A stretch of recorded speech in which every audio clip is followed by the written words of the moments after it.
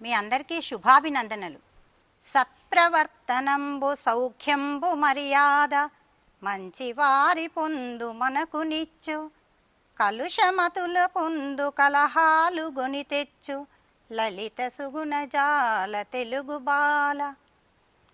సత్ప్రవర్తనంబు సౌఖ్యంబు మర్యాద మంచివారి పొందు మనకు నిచ్చు, కలుషమతుల పొందు కలహాలు గొని తెచ్చు, లలిత సుగుణజాల తెలుగు బాల. మంచివారి స్నేహం వల్ల మంచి నడవడిక, సుఖం, గౌరవం లభిస్తాయి. చెడ్డవాళ్ళ స్నేహం వల్ల పోట్లాటలు వస్తాయి. మంచి పద్యం విన్నారు కదా. మంచివారి స్నేహం చేయడం వల్ల ఏమి లాభం కలుగుతుందనేది మనం పద్యం ద్వారా తెలుసుకున్నాం. ఇంకా స్నేహం గురించి అనేక విషయాలు తెలుసుకుందాం. ఈ సృష్టిలో తల్లిదండ్రుల తర్వాత మనకు అత్యంత సన్నిహితుడు, ఆప్తుడు, స్నేహితుడు ఒక్కడే. ఈ స్నేహితుడు అనగా హితాన్ని కోరేవాడు అని అర్థం. పాపాన్ నివారయతి యోజయతే హితాయ. పాపాలను తొలగించేవాడు, సన్మార్గంలో నడిపించేవాడు, తనలోని రహస్యాలను ఇతరులకు తెలియచేయకుండా చూసేవాడు, మిత్రుని మంచి లక్షణాలను అందరికీ తెలియజేసేవాడు, ఆపదల నుండి కాపాడేవాడు మంచి మిత్రుడని భర్తృహరి తన సుభాషితాల్లో తెలియజేశాడు. ఇంకా మనకు అనేక పురాణాల్లో, రామాయణ, భారత, భాగవతాది అనేక కథల్లో కూడా స్నేహబంధం గురించి అనేకమైన విషయాలు ఉన్నాయి. మంచి స్నేహితులకు ఉదాహరణగా దీనిని చిన్నయ్య సూరి తెలుగులో అనువదించాడు.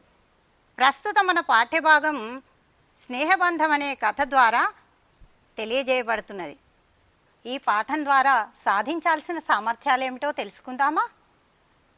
కథను సొంత మాటల్లో చెప్పగలగడం, కథను సొంత మాటల్లో రాయగలగడం, స్నేహం గొప్పదనాన్ని గురించి సొంత మాటల్లో రాయగలగాలి. కథలంటే అందరికీ ఇష్టమే కదా. ఇప్పుడు మనము ఈ కథను తెలుసుకుందామా? కథ వింటున్నారు కదా. నేను మీకు ఒక ప్రశ్న వేస్తాను, ఆలోచించండి. ప్రతి వారికి స్నేహితులు ఉండాలి. ఎందుకు? ఆపండి. ఉపాయంతో అపాయాన్ని ఎలా తప్పించుకోవచ్చు?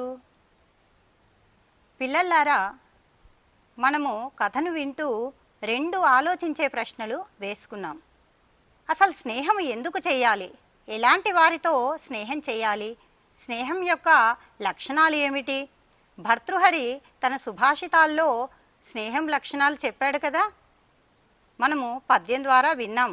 ఇక్కడ మనకు కథలో తాబేలు, జింక, ఎలుక, కాకి నలుగురు స్నేహితులుగా ఉన్నారు కదా. ఆ కథలో 2 సార్లు అపాయాలు జరిగినాయి.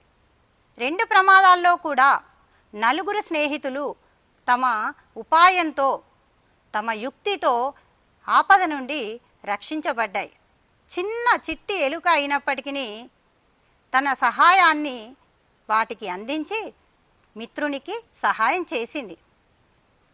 స్నేహితుడు అంటే ఆపదలో ఆదుకోవాలి, మనకు మంచి దారిని చూపించేవాడు కావాలి. స్నేహం అంటే దాని విలువ ఏంటో మనకు అతని ద్వారా తెలియాలి. ఎవరిని స్నేహితులు అనుకోవచ్చు? మనకు ఇష్టమైన కథల ద్వారా ఇలాంటి విషయాలను పంచతంత్రం కథలో చక్కగా తెలిపారు కదా. మన గ్రంథాలయాల్లో లేదా ఇతర పుస్తకాలు భాండాగారాల్లో మనము పంచతంత్రానికి సంబంధించిన అనేక కథల పుస్తకాలు ఉంటాయి. ఆ కథల పుస్తకాలను చదువుతూ ఉంటే మన జీవనానికి సంబంధించిన అనేక విషయాలు కథల ద్వారా తెలియజెప్తారు. ఈ కథల ద్వారా మనం చిన్నతనం నుండే ఎన్నో నైతిక విలువలను సాధించవచ్చు. నైతిక విలువలను పెంపొందించడానికి మనకు కథలు ఎంతో దోహదపడతాయి. మనకు స్నేహబంధం కథ ద్వారా ఈ విషయాన్ని తెలుసుకోవచ్చు. నేను మీకు 2 ప్రశ్నలు అడుగుతాను. ఇవి మీ ఉపాధ్యాయునికి చేసి చూపించండి. స్నేహం గొప్పదనాన్ని తెలిపే కథను మీ సొంత మాటల్లో రాసి మీ ఉపాధ్యాయునికి చూపండి. మంచి స్నేహితులంటే ఎవరు? మీరు మీ స్నేహితులతో ఎలా ప్రవర్తిస్తారు?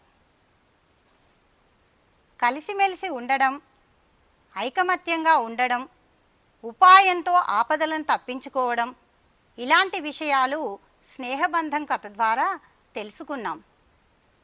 మరొక పాఠం ద్వారా మళ్ళీ కలుద్దాం. ధన్యవాదములు.